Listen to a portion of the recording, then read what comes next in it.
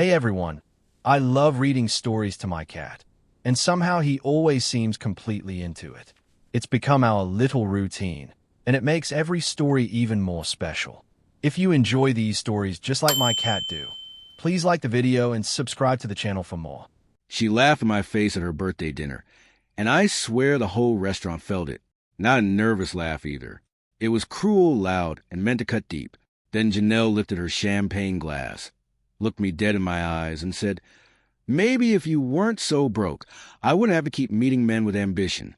The man beside her, dressed like money and smiling like sin, rested his hand over hers like he belonged there.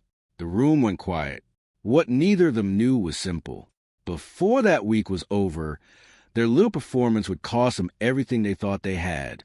Before I tell you how it all fell apart, hit like, subscribe, and drop a comment if you already know she was dead wrong.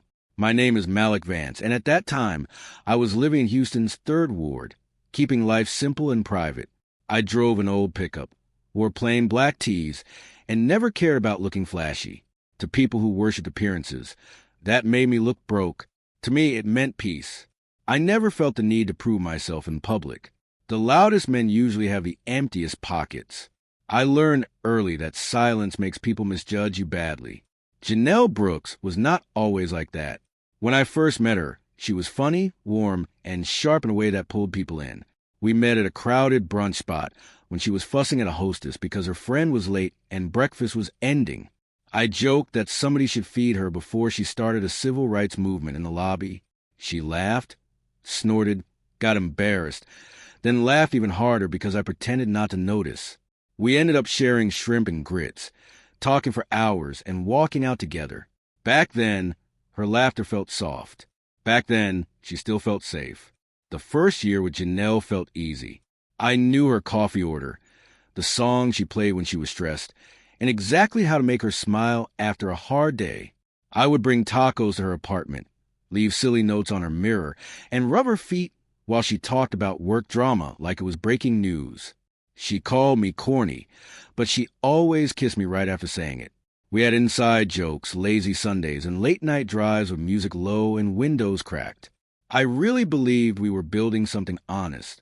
That is what made everything that came later hurt so much. Things started changing after Janelle got promoted into luxury real estate staging. Her life became parties, rooftop events, expensive clients, and polished strangers pretending to be relaxed while measuring each other's value. That was when Terrence Calloway stepped into the picture. Terrence was one of those men who wore money like a costume and made sure everybody saw every piece. Tailored suits, perfect beard, heavy watch, luxury SUV, fake humble smile. Janelle mentioned him more and more. Terrence says this. Terrence thinks bigger. Terrence knows investors.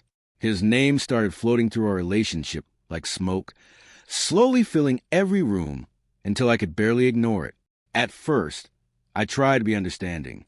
New environments can change people, and success can bring out insecurities they never had before. But then Janelle started looking at me differently. My calm became laziness in her eyes. My privacy became a lack of ambition. One evening, she stood in my living room, looked around my house like she had just discovered it, and said, "You ever think about upgrading your life?" I laughed, thinking she was joking, but she was serious. Then she said my place felt regular. That word sat in the air like disrespect dressed up as advice. I should have left then. I did not. After that, the red flags came fast. She kept her phone face down all the time. She smiled at messages she would never let me see. Work dinners appeared out of nowhere. A bracelet showed up on her wrist that I definitely did not buy. Then one Friday, she canceled our plans, saying a client emergency had come up near the Galleria. Something fell off in my chest, so I drove by the hotel district anyway. That was when I saw her. Janelle came out of the Post Oak Hotel laughing, leaning into Terrence like she belonged there. Then he kissed her, opened his Bentley door, and she got in. I did not chase them. I did not call and scream. I did not follow the car. I drove home in silence and sat in my driveway for almost an hour, staring at nothing. What hurt was not just the cheating. It was how comfortable she looked doing it. There was no guilt on her face, no hesitation, just ease, like betraying me had become normal. By the time I walked inside, something in me had already changed. The love was not gone yet, but the trust had flatlined.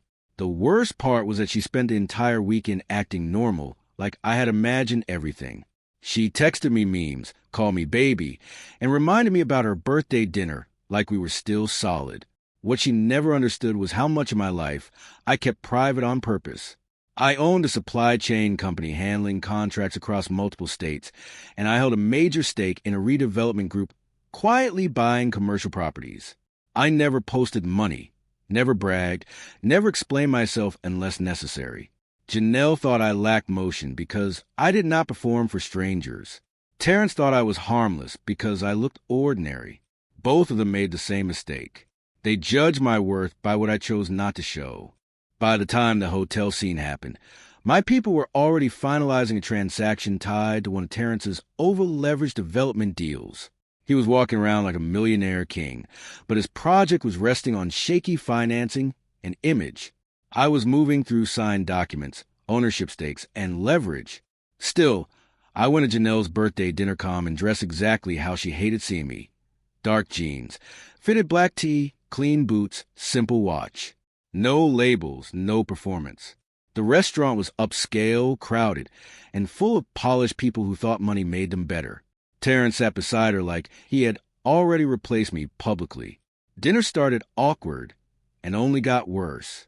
Terrence talked the entire meal, like a man in love, with hearing himself sound expensive. Flights, acquisitions, private investors, luxury resorts, all that polished nonsense. Janelle looked at him like every word was gold. Then one of her friends asked me what I did. I kept it simple and said, I work. Terrence smirked.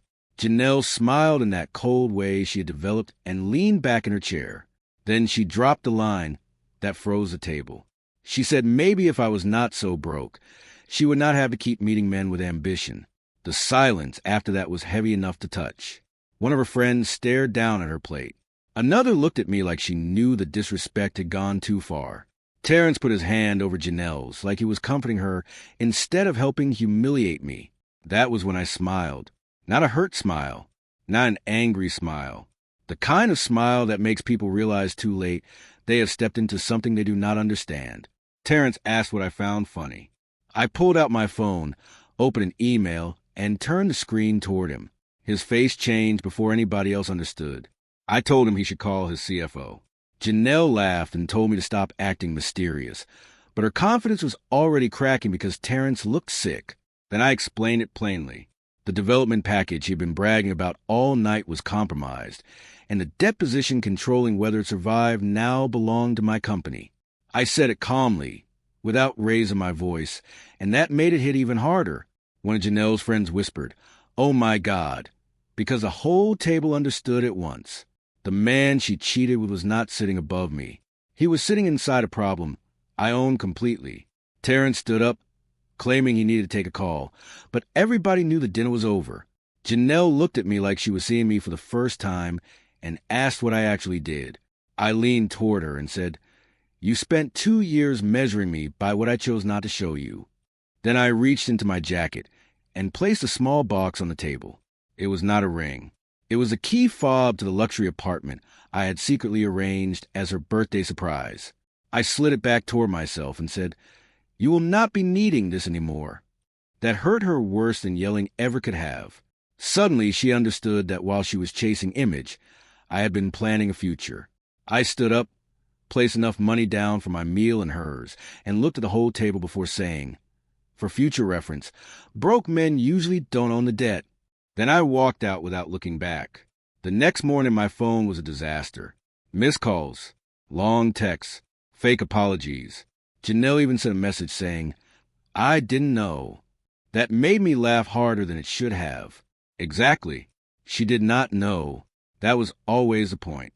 She never bothered to learn. Weeks later, Terrence's project troubles started creeping into public view, and the shine around him faded fast. Janelle came to my house in a soft beige dress, looking humble and heartbroken, asking if we could talk. I stepped outside and closed the door behind me. That alone made her eyes fill up. She said she had made a mistake, that she got caught up, that she loved me. I moved my hand when she reached for mine. Then I told her the truth.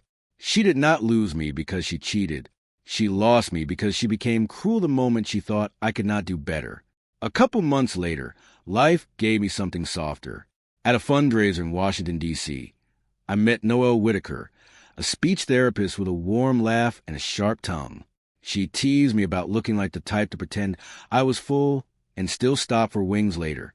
I teased her about judging people by side dishes. With Noelle, laughter felt easy again. Peace returned without me begging for it. That was the real comeback. Not just exposing Janelle. Not just watching Terrence crumble.